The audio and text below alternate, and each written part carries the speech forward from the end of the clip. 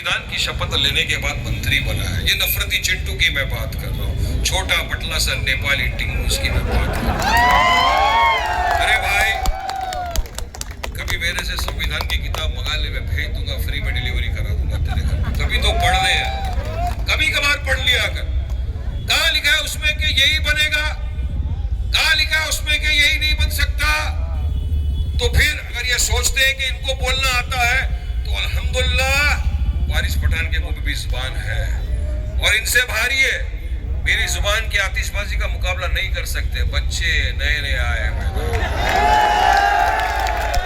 इनकी बात का जवाब दिया मैंने कहा मैं तो संविधान को मानता हूं, लेकिन अगर आप ये बोलते हो तो फिर आई लव मोहम्मद सल्लल्लाहु अलैहि वसल्लम बोलने वाला क्यों नहीं बन सकता भाई?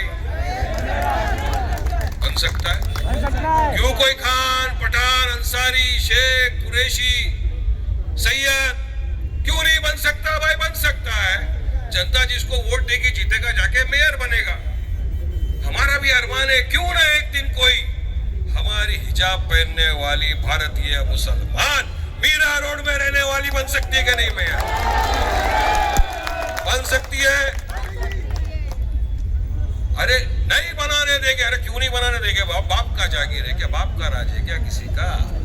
देश का प्रेसिडेंट मुसलमान बन सकता है, वाइस प्रेसिडेंट मुसलमान बन सकता है, मोदी मंत्री बना सकते हैं अकबर को, मुख्तार नकवी को बना सकते हैं मंत्री, गवर्नर बन सकते हैं, सुप्रीम कोर्ट का चीफ जस्टिस मुसलमान बन सकता है, महाराष्ट्र के अंदर पहले चीफ मिनिस्टर अंतुले साहब भी मुसलमान थे, वो बन सकते हैं, गवर्नर बन सकते हैं, एमपी बन सकते हैं, एमएलए बन सकते हैं।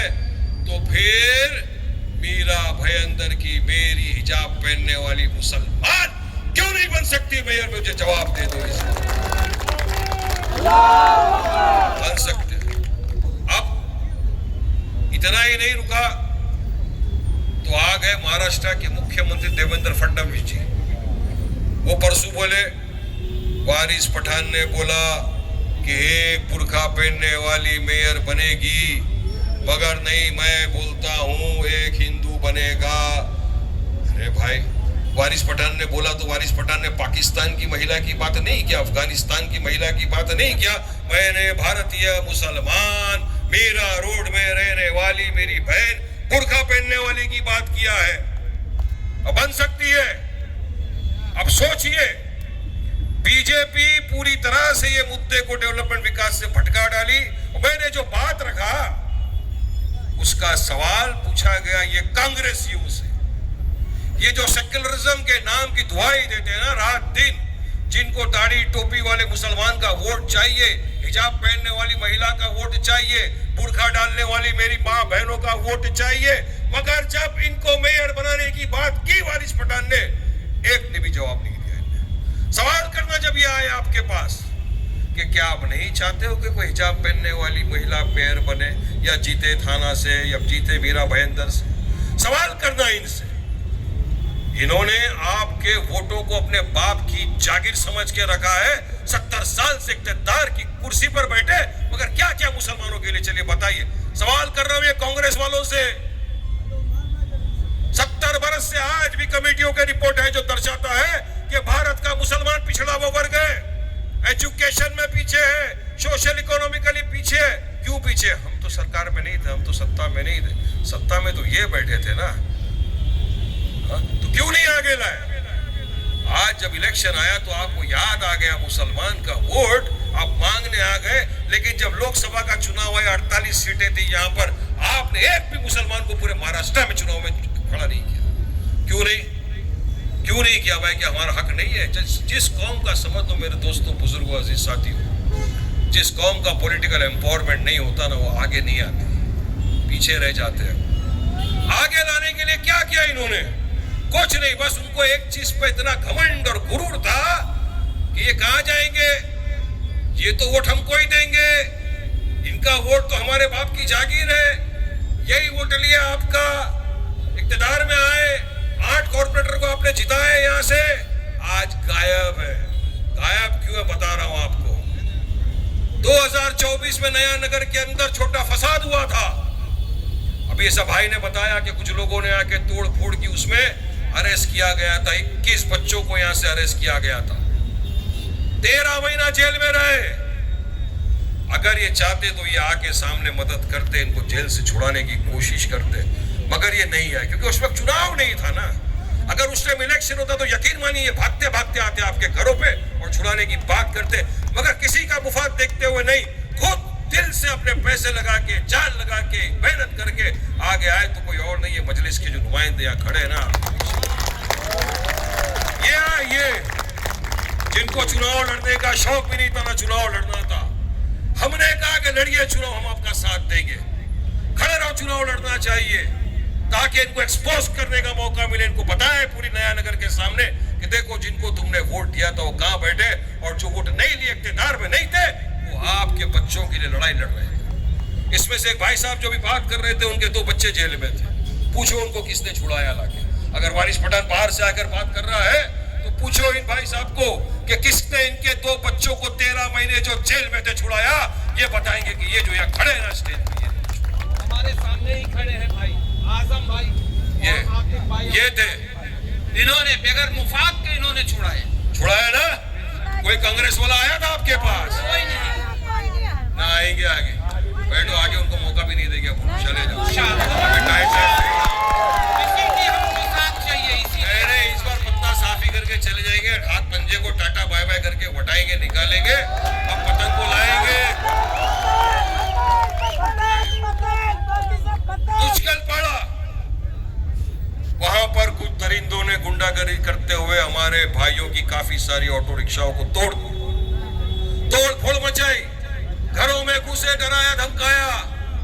मगर जो यहाँ के आपके साबिका एमएलसी थे, यहाँ के जो 8 कॉर्पोरेट थे, इनमें किसी की हिम्मत नहीं हुई कि जाए और वहां पे अपने वालों के लिए खड़े हो, बात करें। अगर ये खड़े होते तो बाखुदा वारिस पठान को जरूरत नहीं पड़ती मुंबई से इतना दूर आने के लिए, मगर ये नहीं आए। मुझे मेरे भाइयों ने यहाँ से आवाज दी, मेरी बहनों ने आवाज दी, वारिस में आइए, हक इंसाफ की बात है, हम परेशान हैं, हमारे को हक दिलाइए, न्याय दिलाइए, इंसाफ करिए। उसी दिन मैं वहां से आया, हमने गए डीसीपी साहब से मुलाकात की, पूरी पुलिस फोर्स से मुलाकात की, सब जमा हुए, और यकीन मानिए जिन दरिंदों ने दंगा किया था, जिनको अरेस्ट नहीं किया था, उन तमाम को हमने अरेस्ट कराया।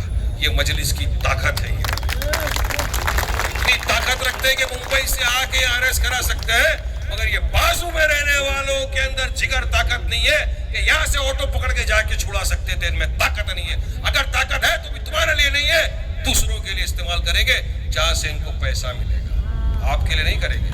आपसे क्या मिलेगा?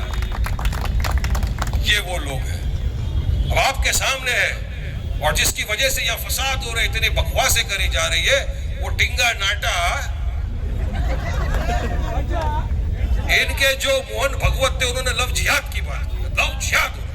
अरे यार, इनको जिहाद का मतलब ही नहीं मालूम है।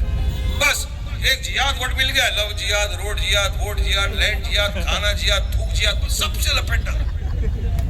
मेरे कायद असद ओवैसी साहब ने कहा जिहाद का मीनिंग बताओ, नहीं बताते। पार्लियामेंट में चर्चा करो, लव जिहाद नहीं बताते। कितने स्टेट में लव जिहाद के केस है, डेटा बताओ, वो नहीं है इनके पास। यहाँ पर उनके जो मंत्री थे लोधा, उन्होंने असेंबली में खड़े रहकर कहा महाराष्ट्र में हजारों केस लव जिहाद के हो गए। खोदा पहाड़ निकला, छुआ कुछ नहीं निकला। यहाँ खोदा पहाड़ निकला, कुछ नहीं निकला। मेरे कायद ने कहा कि अगर 18-19 बरस का एक लड़का लड़की जिसको कानूनी अधिकार है अपनी मर्जी से शादी करना, वो अपनी पसंद से शादी करता, तो तुम्हारे पेट में क्यों दर्द होता है भाई? संविधान इजाजत देता है। तो उस बात पे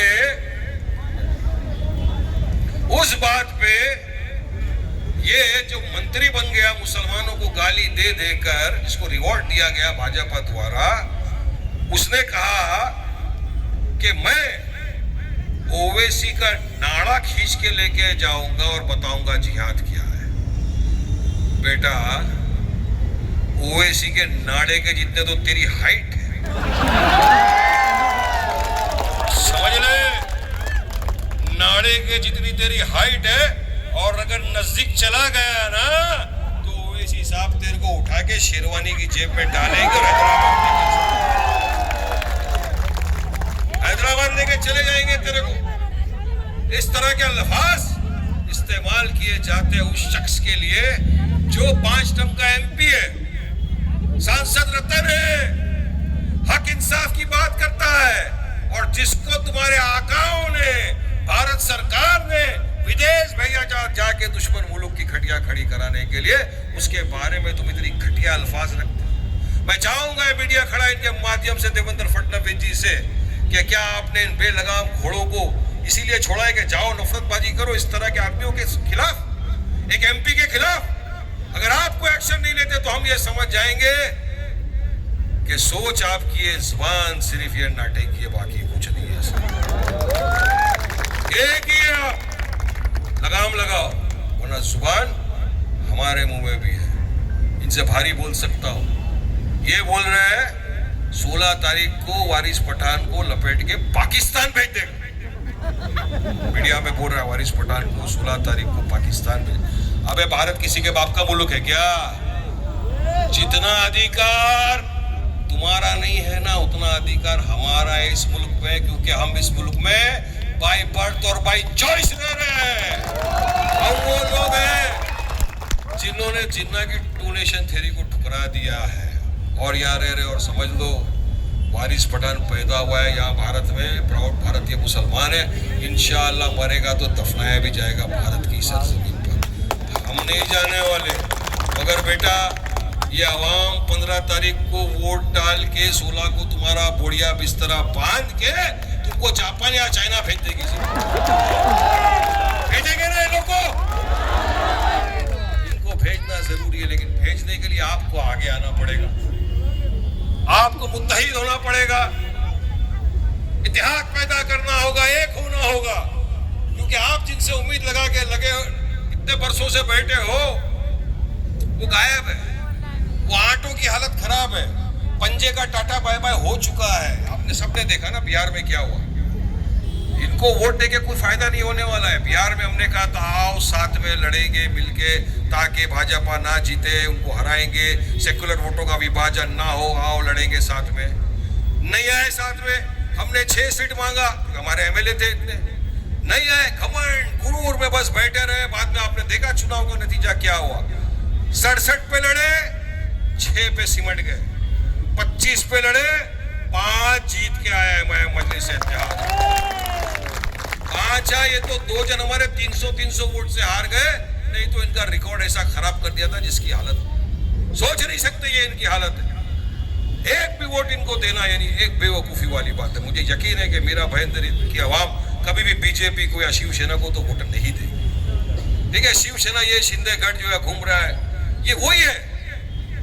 मैं एक चीज तो बाखूबी जानता हूं कि मेरी आवाम, मेरा भयंदर के मेरे बुजुर्ग, मेरे दोस्त, मेरे भाई बहन हर चीज बर्दाश्त कर लेंगे, लेकिन अपने हुजूर आकाए मदनी ताजदार मदीना मोहम्मद रसूलुल्लाह सल्लल्लाहु अलैहि वसल्लम की शान में गुस्ताखी किसी कीमत पे बर्दाश्त नहीं करेंगे। क्या बर्दाश्त? वारिस पठान ऐसी कुर्सी को 10 बार लात मार देगा जहां पे मेरे हुजूर की शान पे बात आ गई। हुआ क्या? वो एक रामगिरी, उसने हमारे हुजूर की शान में गुस्ताखी की। हमने एहतजाज की, रैली निकाल दी, हमने कहा कि इसको अरेस्ट करिए, इसने हमारे हुजूर की शान में गुस्ताखी की।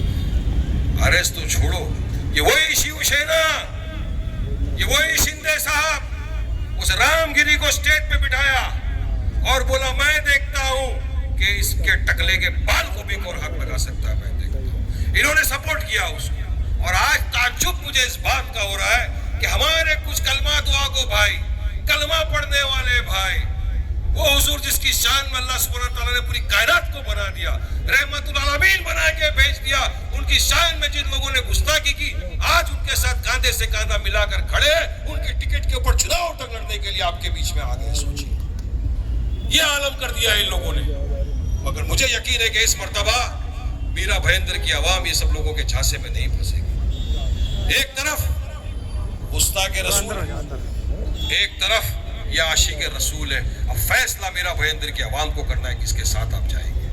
अगर आपने इनको वोट दिया, वोट जाएगा बीजेपी में। कांग्रेस का भी कोई भरोसा नहीं। अगर आपने इसको वोट दे दिया, पिछली मर्तबा आपने देखा ना MLA के चुनाव में क्या हुआ, ये वही कांग्रेस है जो उद्धव ठाकरे के साथ जाके सत्ता बना ली।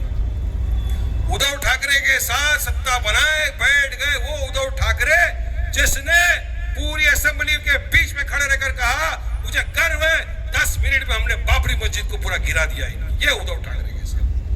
तो ये वोट के लिए कुछ भी कर देंगे, वोट के लिए जमीन का सौदा भी कर देंगे, कुछ भी कर देंगे।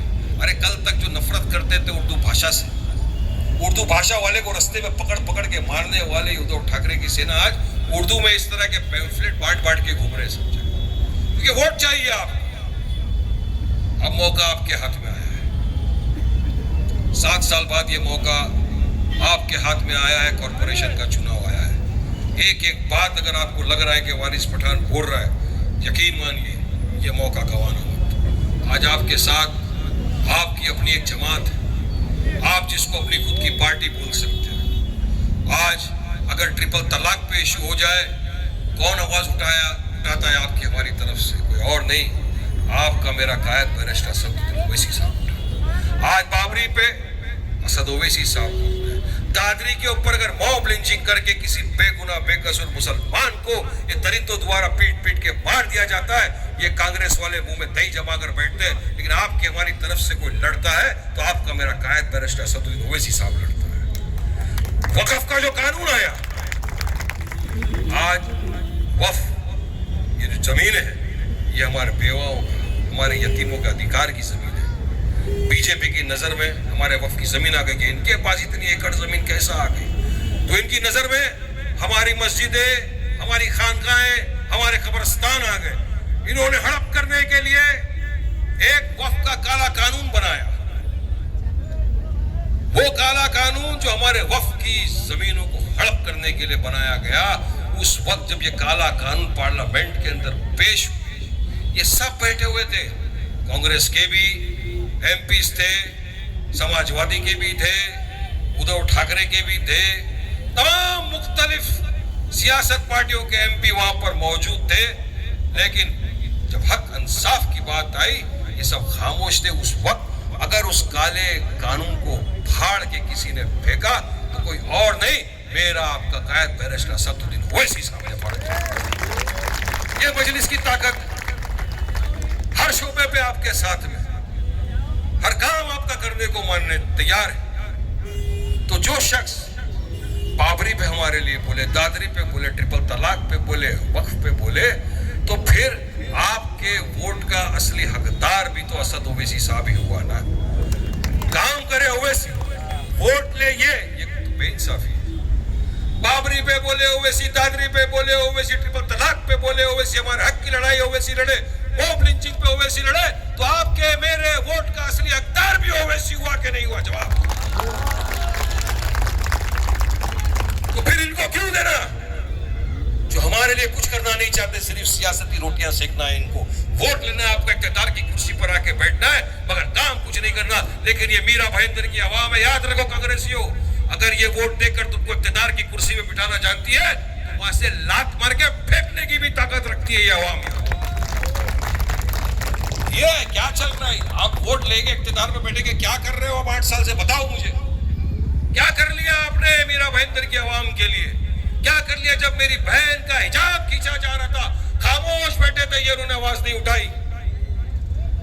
एक बुर्का, एक हिजाब, मेरी माँ का, मेरी बहन का, उसका गुरूर है, उसके सर का ताज है। अगर कोई हाथ लगा देगा मेरे सामने तो वारिस पठान तो शायद हाथ भी तोड़ दे ऐसे लोगों का, अगर मेरी बहन के हिजाब पे हाथ।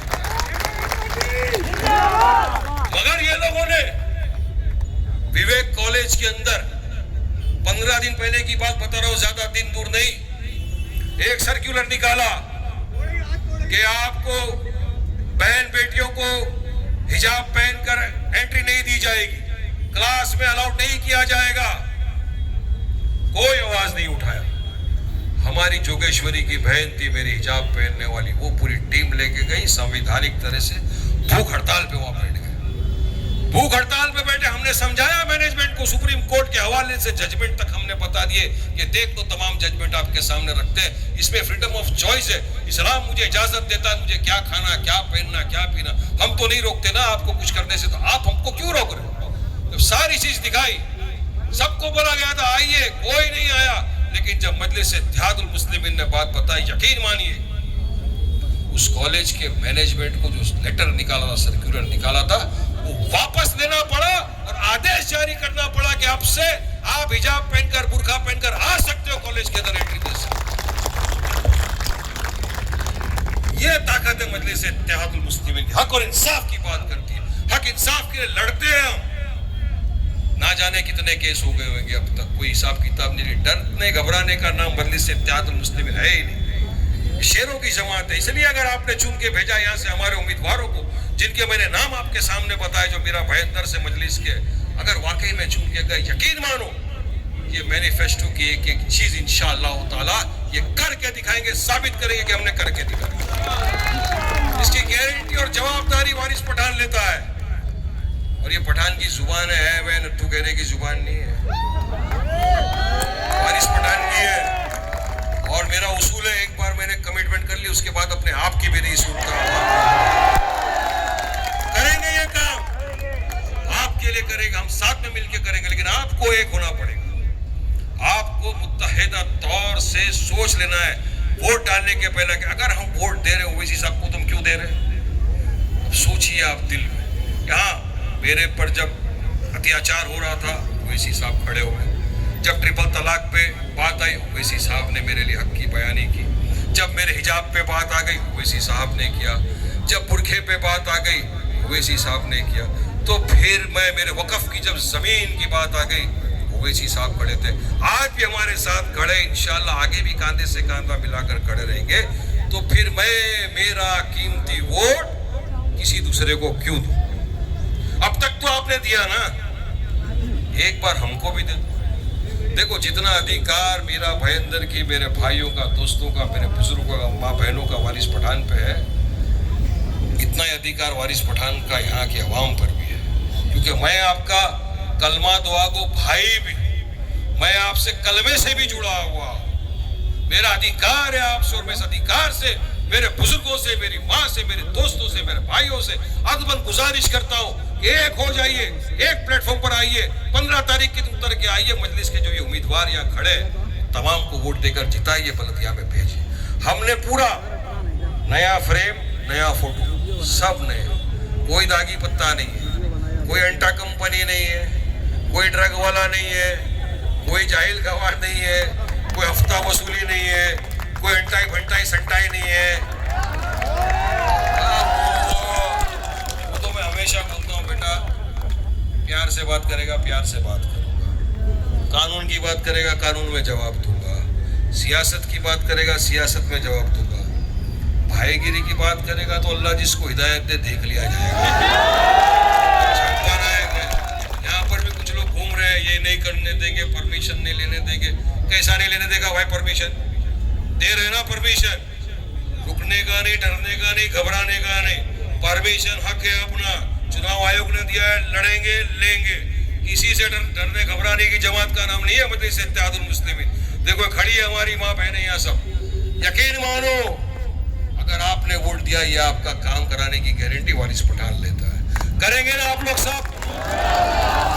करेंगे ना आप लोग सब? इनको बुला के दिखा दो, ये बोले के सोचेंगे, सोचेंगे, समझेंगे, फिर 5 साल तक बैठेंगे, मलाई खाएंगे, तिजोरी भरेंगे, मेरा रोड की हमेशा तकलीफ उठाते रहेगी, कुछ नहीं होगा। और आप ये परेशान सोचते रहोगे, अरे यार एक पागल आया था, वारिस पठान बोल रहा था, समझा रहा था, अगर उसकी बात मान ली होते तो आज ये नौबत नहीं आती। इसलिए वक्त है आपके पास, ये वक्त आपको अल्लाह सुब्हानहू तआला ने दिया है कि अपने हक के लिए लड़िए। मुझे यहाँ से चुनाव नहीं लड़ना, मुझे ना एमएलए बनना है, ना कॉर्पोरेटर बनना है। आपके अपनों को हमने यहाँ से टिकट दिया है, उनको कॉर्पोरेशन में आप जिताओ, अपनी क़यादत को मजबूत करो। वरना इसी तरह 70 साल से मार खाते हैं, आगे भी खाते रहोगे आप लोग। आज किसी को पूछो, शिवसेना वाले को तेरे पास नेता है? बोलेगा है। बीजेपी वाले को पूछो, तेरा नेता है? बोलेगा है। यादव को पूछो, तेरा नेता है? बोलेगा है। कांग्रेस को पूछो, तेरा नेता है? बोलेगा है। लेकिन मुसलमान को पूछो, तेरा नेता है क्या? तो आजू बाजू में देखेगा नहीं है, हमारे पास कोई नहीं है। फिर फोन करेंगे यहाँ से अपने भाई को, अपने दोस्त को, वारिस पठान को बुलाएंगे, यहाँ तक काम कर देंगे। ये देखा गया है। मैं कोई नेता बेता नहीं हूँ, मैं मेरे भाइयों की तरह एक आम छोटा सा कार्य करता हूं मेरी जमात का, जो मैं जमात का पैगाम आप तक पहुंचा रहा हूं। मैंने आपको पैगाम पहुंचाया है। यकीन मानिए अगर आपने इसके ऊपर अमलियात कर दी तो किसी की हिम्मत नहीं कि आपको टच कर सके मीरा रोड के अंदर। ये 8 जिनको आपने जिताया, इनका रिपोर्ट कार्ड एक तरफ देख लेना, और हमारे नुमाइंदे चुन के जाएंगे, जीत के जाएंगे, तो उनका रिपोर्ट कार्ड आप देख लेना। ना ये बीजेपी के पास कोई डेवलपमेंट का एजेंडा है, ना कांग्रेस के पास कोई डेवलपमेंट का एजेंडा है। ये ध्यान भटकाने के लिए आपके पास आकर आलतू फालतू अनाप शनाप बकवास कर रहे हैं रोज आके, क्योंकि आप पूछो ना, उनको सवाल करो, डेवलपमेंट पे जवाब नहीं देंगे। और सुन लो, फिर बोल रहा हूं, इंशाअल्लाह अल्लाह की जात से यकीन है कि एक दिन थाना मीरा भयंदर की मेयर मेरी हिजाब पहनने वाली भारतीय मुसलमान मेयर बनेगी इंशाअल्लाह। जिसको जो करना है करो, लेकिन आपको आगे आना पड़ेगा। काम मुश्किल नहीं है, आसान है। एग्जाम्पल देता हूं, उदाहरण देता हूं। न्यूयॉर्क अमेरिका में 7% मुसलमान की आबादी है, वहां से मेयर बन जाता है मुसलमान ज़ोहरान हमदानी। लंदन, वहां पे कम आबादी है, वहां से मेयर बन जाता है मुसलमान। तो मेरे नया नगर के वासियों, आप तो 90% की आबादी। इंशाअल्लाह बोलो कि एक दिन वाकई में वारिस भाई दूसरा भी बार नहीं, इसी मर्तबा इंशाअल्लाह मीरा भयंदर से एक हमारी बहन मजलिस इत्तेहादुल मुस्लिमीन की पार्टी से जीतेगी हिजाब पहनने वाली, और मेयर बनेगी इंशाअल्लाह। ये होना चाहिए जज्बा। देखिए, ऊपर वाला रहमो करम करता है सब पे, वो बड़ा है, उससे उम्मीद बड़ी रखो। हर चीज पे खालिक है, उसको सब पता है क्या करना। वाह माशाअल्लाह, बहुत अच्छी बात हो जाएगी। उम्मीद है अगर ये बोल सकते हैं कि आई लो महादेव वाला बनेगा, तो मैं बोल सकता हूँ आई लो मोहम्मद सल्लल्लाहु अलैहि वसल्लम वाला बनेगा। मुझे भी अधिकार है, संविधान ने जितना अधिकार उनको दिया है, उतना ही अधिकार मुझे भी दिया है कि मैं भी अपनी बात रख सकता हूँ। तो लिहाजा ज्यादा कुछ ना कहते हुए, क्योंकि 5 मिनट का समय बचा है, मुझे कहा है कि वारिस भाई थोड़ा बोलना भी है, थोड़ा नारेबाजी किए बिना तो मैं जाता भी नहीं हूँ। वैसे आप बोलो या नहीं बोलो, आपको डेवलपमेंट चाहिए, आपको अच्छा पानी चाहिए, आपको अच्छी सड़कें चाहिए, रास्ते चाहिए, आपको पॉलिटिकल एम्पावरमेंट चाहिए, सियासत में हिस्सेदारी चाहिए, तो आपको कांधे से कांधा मिलाकर एक होना पड़ेगा। 15 तारीख के दिन देखिए, सबके पास मोबाइल है, सबके पास व्हाट्सएप वगैरह सब है, सब एक दूसरे को बोल सकते हैं आइए वोट डालेंगे। 15 तारीख को पूरे मीरा भयंदर के आसमान में सिर्फ एक ही चीज लहराइए, वो है मजलिस इत्तेहादुल मुस्लिमीन की पतंग को वोट दीजिए। ये नफरती चिंटू को अपने घर भेजिए, इनको 16 तारीख का बढ़िया बिस्तरा इनका बांध दीजिए। कांग्रेस वालों को टाटा बाय बाय सलाम नमस्ते करके फेंक दीजिए। पूरे देश ने कर दिया, आप करेंगे, कोई वो नहीं कर दिया, सबने साइडलाइन। आपको करना होगा। 15 तारीख को वोट देंगे ना, पतंग पे निशान पे बटन पे दबाएंगे ना, पूरे आसमान में उड़ाएंगे ना। और उनको भी जवाब देना है। अरे मैं तो भूल गया, एक मोहतरमा है महाराष्ट्र में, या मेरी माँ बहने बेटी है, बोलते हैं कि मियाँ भाई लोग 19 बच्चे पैदा करते हैं। यहाँ जितने खड़े किसी के हैं क्या भाई 19 बच्चे? किसी का है तो हाथ उठा के दिखाओ भाई, मैं उससे मिलना चाहूंगा, गले मिलूंगा उसके। और हमारी हिंदू बहनों को बोलते 4, 4, 5 बच्चे पैदा कर। अरे मैडम, खुद के 2 पैदा करवा रहे, दूसरे को 5। वो पैदा करके मोदी जी खाना खिलाएंगे क्या? स्कूल की फीस मोदी जी भरेगा क्या? अनाप शनाप सिर्फ पूरे चुनाव में इसी तरह की बकवासबाजी करे। हम तो कहा भाई करो पैदा, अगर हम 19 पैदा करते हैं, हमें ताकत है तो तुम 25 पैदा कर दो ना भाई। कोई रोकता है? कोई रोकता है क्या? नहीं ना। ज्यादा नहीं बोलता, महिला है, बहुत बोल सकते हैं अपन। तो ये सारी बातें लेकर बस ये चुनाव में घुस गए, लेकिन हम ये लेकर आए, डेवलपमेंट विकास लेकर आए। लिहाजा आप तमाम से मुझे उम्मीद यही है कि आप 15 तारीख के दिन वोट देंगे, और यकीन मानो 16 तारीख के दिन मीरा भयंदर में ऐसा विक्ट्री प्रोसेशन निकलेगा कि पूरी भारत देश देखेगा, पूरा थाना देखेगा। और ये सब देख के अपने घर से बाहर नहीं निकलेंगे, जो इतने साल से घूम रहे हैं ना। अब खाली लीडर की तरह कपड़े पहनने से तुम नेता नहीं बन जाते। वारिस पठान जींस शर्ट में घूमता है, फिर भी नेता बोला जाता है, ये अपने में फर्क है। नेतागिरी करना है तो लोगों का काम करो, लोगों के साथ कंधे से कंधा मिलाकर खड़े रहो। बंगले में रहने से तुम करोड़पति नहीं बन जाते, हमको मालूम है कैसा लिया है। ज्यादा नहीं बोलूंगा वरना आग लग के मिर्ची आग बोला हो। तो सबका वक्त आ गया है, सबको जवाब देने का टाइम आ गया है। आप यहाँ आए, मुझे सुना, मुझे बोलने का मौका दिया। अब इतना ही है, मेरी लाज रख लो, असद साहब का चेहरा देखो और वोट डालो। ये सब उनके उम्मीदवार हैं। चेहरा असद ओवैसी का, निशान पतंग, उम्मीदवार आपके सामने खड़े को बताओ मुझे कोई इसमें दाखिलेबाजी।